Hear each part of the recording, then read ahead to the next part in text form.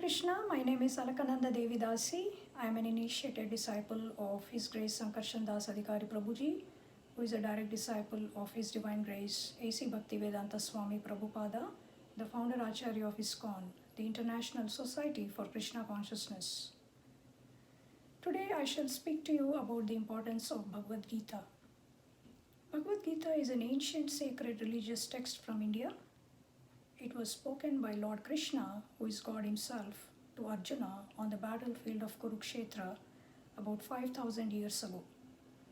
Arjuna was a Pandava Kshatriya warrior who was about to fight in a war against his evil-minded cousins, the Kauravas. When Arjuna sees his cousins, close family members, gurus and friends on the battlefield ready to fight with him, he is overwhelmed with grief and compassion. He feels that it would be sinful to kill his own kith and kin in the battle, hence he refuses to fight. Lord Krishna then speaks the Bhagavad Gita to Arjuna in order to motivate him to do his duty. He explains that as a Kshatriya warrior, it was his duty to fight in a righteous war to uphold dharma or justice. If he did not do his duty, he would incur sin and infamy.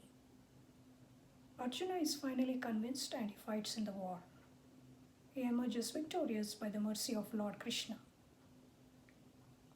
Similar to Arjuna, we face many difficult situations in our lives which are completely baffling. In such situations, if we read the Bhagavad Gita and follow Lord Krishna's instructions, we could make our lives successful, happy, and peaceful. Bhagavad Gita is a treasure house of great spiritual knowledge and wisdom. The knowledge and wisdom of Bhagavad Gita are invaluable and timeless. They were applicable not only in the past, but are also applicable in the present and future.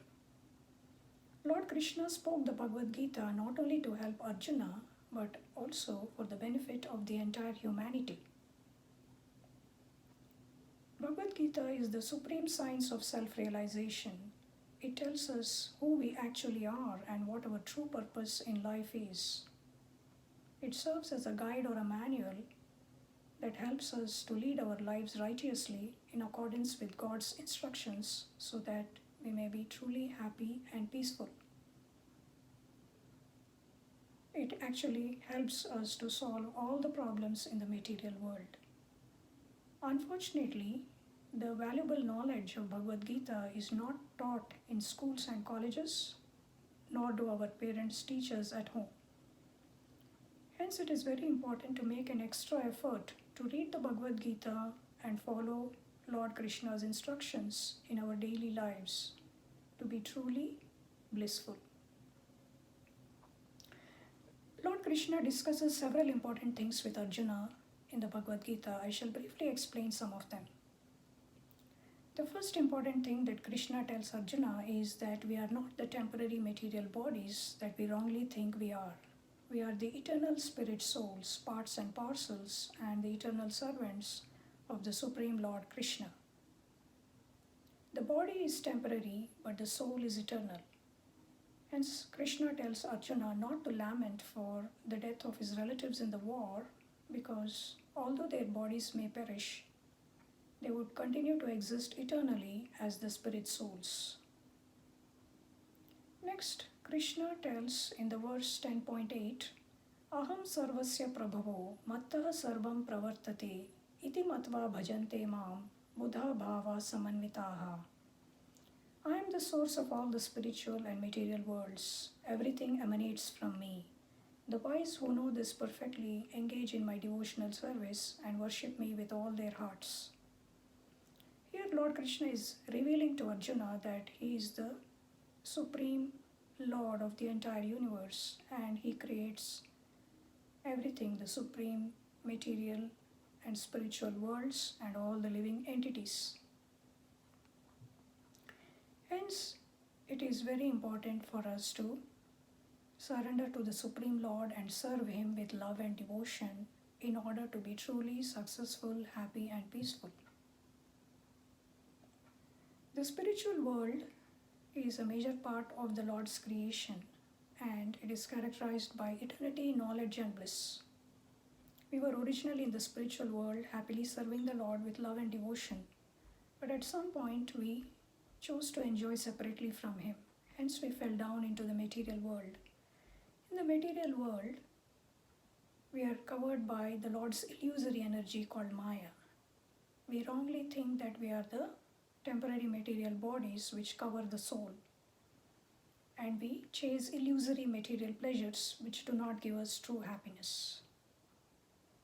There are 8,400,000 species of life in the material world in the form of plants, animals, human beings, and demigods. We have attained this human body after passing through all other species. It is only in this human form that we could read and understand scriptures such as Bhagavad Gita and follow Lord Krishna's instructions. And only when we follow Lord Krishna's instructions of performing devotional service to Him, we get purified of all the material contamination that we have accumulated over millions of lifetimes in the material world, and we could eventually attain spiritual perfection and go back to the spiritual abode of Lord Krishna, where we could experience eternity, knowledge, and pure bliss forever. Hence, human life is a golden opportunity to serve the Lord and attain pure and eternal bliss. Next, Lord Krishna advises Arjuna to practice yoga. Yoga is the process of connecting with God. There are 4 types of yoga: Karma Yoga, Gnana Yoga, Dhyana Yoga, and Bhakti Yoga. Karma Yoga means doing our duties sincerely and offering the results of work to Krishna. Gnana Yoga means cultivating spiritual knowledge through philosophical speculation. Dhyana Yoga is the process of meditating on the super soul or Paramatma within the heart by sitting in a secluded place in a forest, maintaining strict celibacy and severe austerities, regulating the breath, and sitting in difficult yogic postures, and so on. Bhakti Yoga is the process of rendering pure devotional service to the Supreme Lord with love and devotion. Of all the 4 types of yoga, Bhakti Yoga is the topmost yoga system because it connects us most intimately with the Supreme Lord Krishna and pleases Him the most. Hence, Lord Krishna recommends Bhakti Yoga for all of us. Then, what actually is Bhakti Yoga?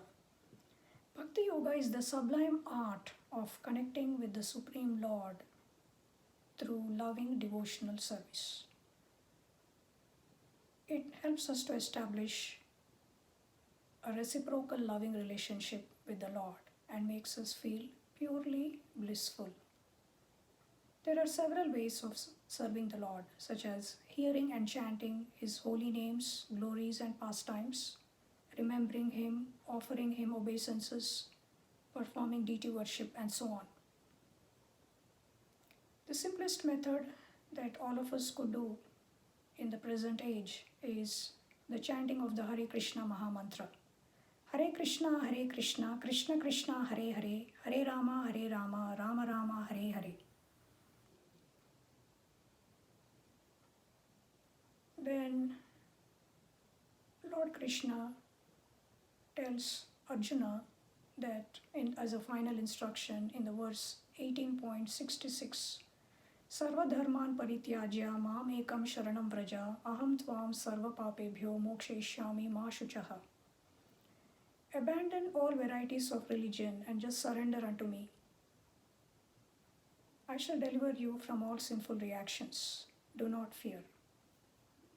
So Lord Krishna is telling that the final lesson that we could learn from Bhagavad Gita is to surrender to the Lord completely by giving up all our material and selfish interests and just serve Him with pure love and devotion, not to please ourselves but to please the Lord, because He is our master and we are His eternal servants.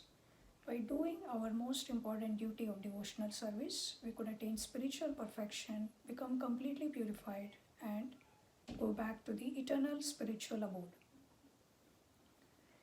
Then Lord Krishna also tells us that it is very important to take the guidance of a bona fide spiritual master. In the verse 4.34, he says, Tadvidhi pranipatena pariprashnena sevaya upadekshanti te gnanam gnaninas tatvadarshinaha. Just try to learn the truth by approaching a bona fide spiritual master. Inquire from him submissively and render service unto him. The self-realized souls can impart knowledge unto you because they have seen the truth. The bona fide spiritual master is a pure devotee of Lord Krishna and is in the disciplic succession starting from Lord Krishna himself.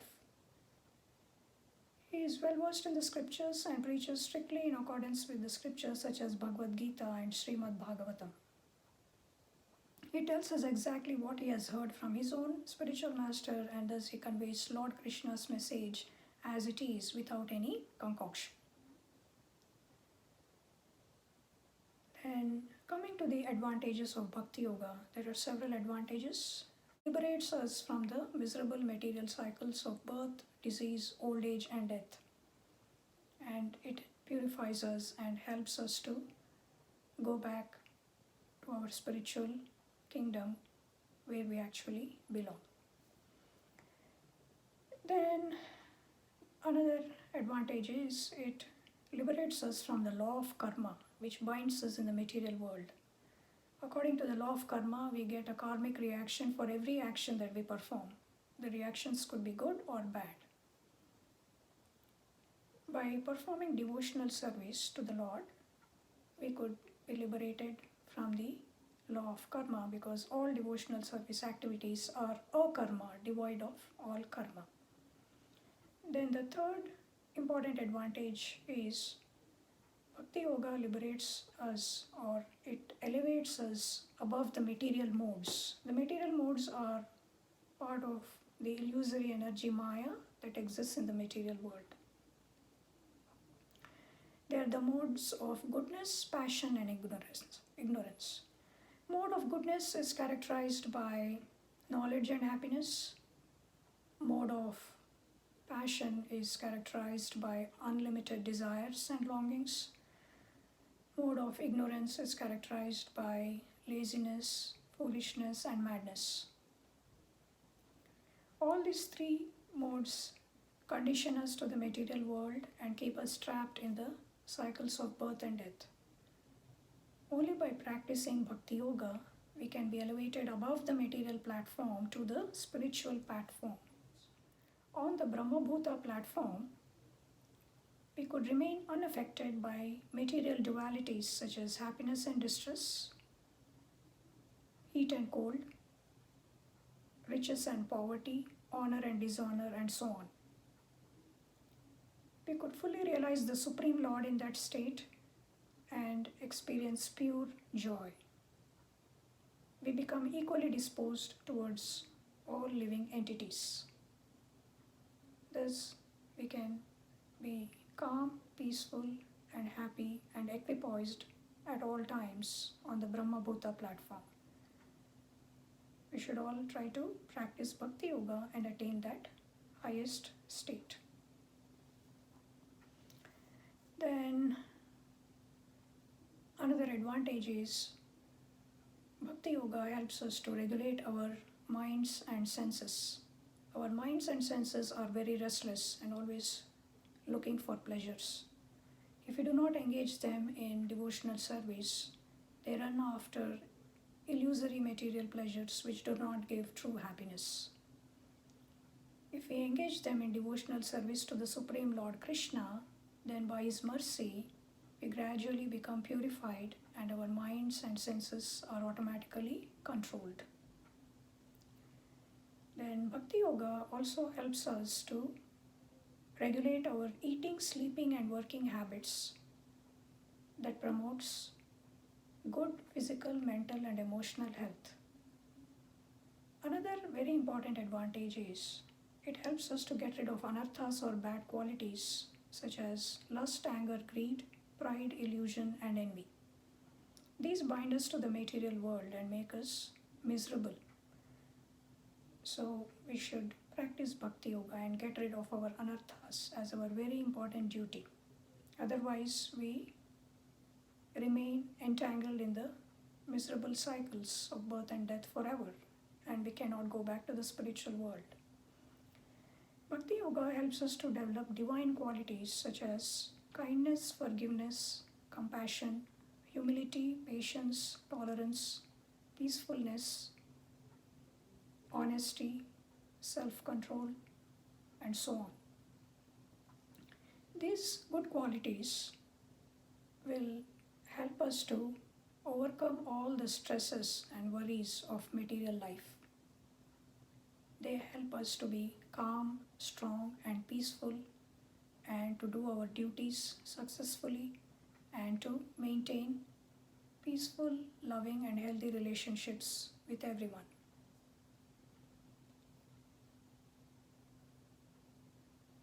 Then, what happens if we do not follow Lord Krishna's instructions given in Bhagavad Gita? In the verse 16.23, Lord Krishna says, Yaha Shastra Vidhim Utsrijya Vartate Kamakarataha Nasa Siddhim Avapnoti Na Sukham Na Param Gatim. He who discards scriptural injunctions and acts according to his own whims attains neither perfection nor happiness nor the supreme destination. Hence, we can understand that if we follow Lord Krishna's instructions, we attain true happiness, spiritual perfection, and the supreme eternal abode. On the other hand, if we do not follow Lord Krishna's instructions and act according to our own whims or according to the whims of others, we get permanently entangled in the miseries of material existence.